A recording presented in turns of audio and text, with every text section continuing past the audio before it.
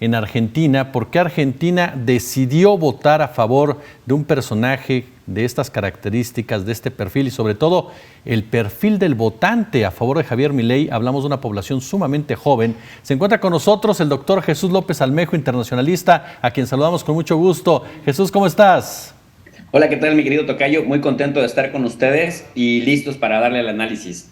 Muchas gracias. Oye, pues yo la primera pregunta que te haría hasta cierto punto puede parecer muy general, pero ¿qué pasó en Argentina? ¿Por qué se inclinó la mayoría de la población argentina? Estamos hablando de un porcentaje superior al 50% en una segunda ronda por un personaje con características tan particulares que no niega la cruz de su parroquia, que abiertamente dice: yo no reconozco crímenes de genocidio, yo no reconozco problemas de la dictadura, yo voy a dolarizar, yo no reconozco derechos de homosexuales, yo no estoy a favor del aborto.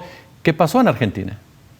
Oye, y a eso agrégale que las decisiones económicas que toma las consulta por medio de una intermediaria con su perro Conan, ya Aparte. fallecido. Sí, sí, Es sí, sí. decir, estamos hablando de un personaje fuera de serie que hace que personajes como Jair Bolsonaro de Brasil o Donald Trump de Estados Unidos parezcan tipos racionales y bien centrados con madurez política. Nada más de ese nivel.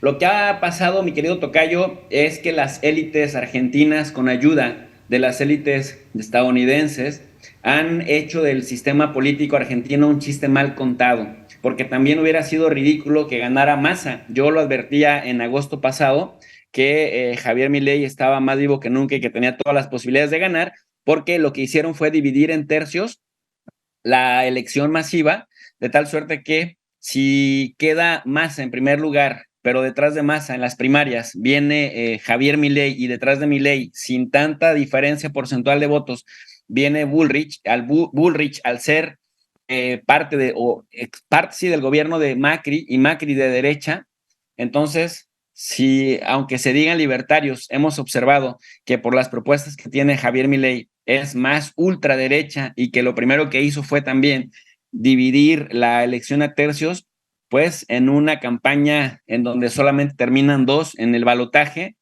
pues claro que la derecha iba a preferir a la ultraderecha antes que preferir a la izquierda. Pero decía yo que si más hubiera ganado también sería un chiste mal contado, porque ya lo decían en la introducción del reportaje anterior.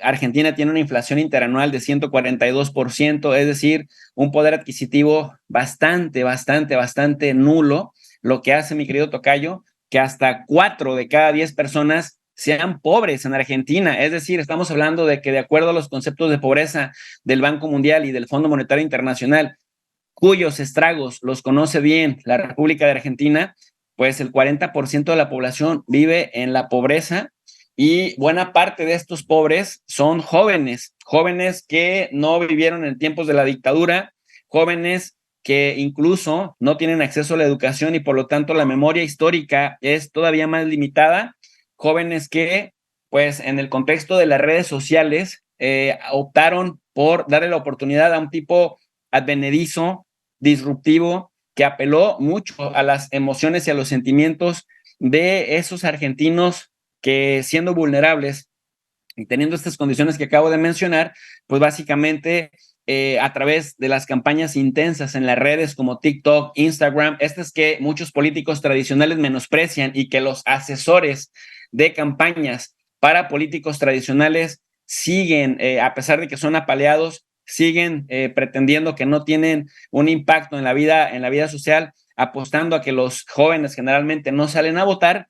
Bueno, pues en Argentina pasó exactamente el ABC de lo que sucede cuando un político de las características de Trump, de Bolsonaro, del mismo Volodymyr Zelensky en Ucrania, que pasa de ser comediante a político exitoso, y el mismo Milei, demuestran que estos outsiders con estas características y discursos que van al corazón de estos sectores vulnerables, pues terminan por ganar las campañas electorales. Y tocayo, si a esto le sumamos que la élite argentina primero quitó del medio a Cristina Fernández de Kirchner, quien podría haber sido el otro significativo y más combativa y un símbolo de las políticas aplicadas o centradas en la sociedad, pues tal vez estuviéramos hablando de escenarios distintos, pero ponen a Massa, un político gris, economista, y si tienes a la economía del país, quizás ni siquiera por el 100% de su responsabilidad, pero incapaz de lidiar con las consecuencias del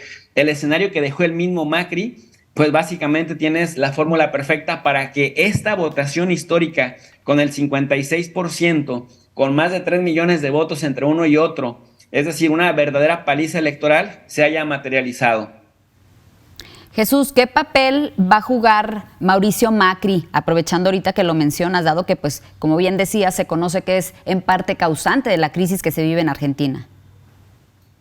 Mira, básicamente Macri va a jugar de aval, sobre todo en el Congreso, porque en sistemas presidencialistas generalmente nos centramos en el presidente en turno, aunque hay que decir que en Argentina hay una oportunidad ante este escenario que se antoja catastrófico, y es que el Poder Legislativo va a poder hacer el contrapeso, debido a que, si bien es cierto que la gente votó masivamente por Javier Milei, fíjate que votaron de manera diferenciada, es decir, los votos para Milei no se tradujeron en votos para su partido en el Congreso. En el Congreso nada más logró tener 38 votos de los 350 diputados que tiene el Congreso Nacional. Entonces, ¿cuál es el papel del macrismo?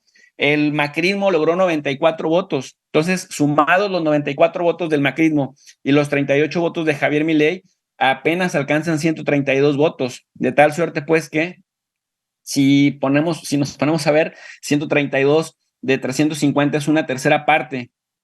Podrán entonces impulsar cosas a base de decretos unidos, pero tendrán que hacer una negociación muy intensa con aquellos a los que les llamaban zurdos de mierda, escoria humana, monstruos, o corran por sus vidas, zurdos malditos. De tal suerte, pues, que también es cierto que a Milei le vendrá pasando tentativamente lo que le ocurrió a Donald Trump, en la medida que se enfrente con los fenómenos reales de la gobernabilidad. Si quiere terminar su cargo exitosamente, o por lo menos terminarlo, si quiere tener gobernabilidad en el país, tendrá que ir centrándose más en cuestiones de la política real y dejar de ser más el candidato que llegó a ser. De tal suerte, pues, que una esperanza para la cordura política, digamos, ahí en Argentina, va a ser que en el Congreso Nacional, ni siquiera con la ayuda del macrismo, van a acercarse al 50%.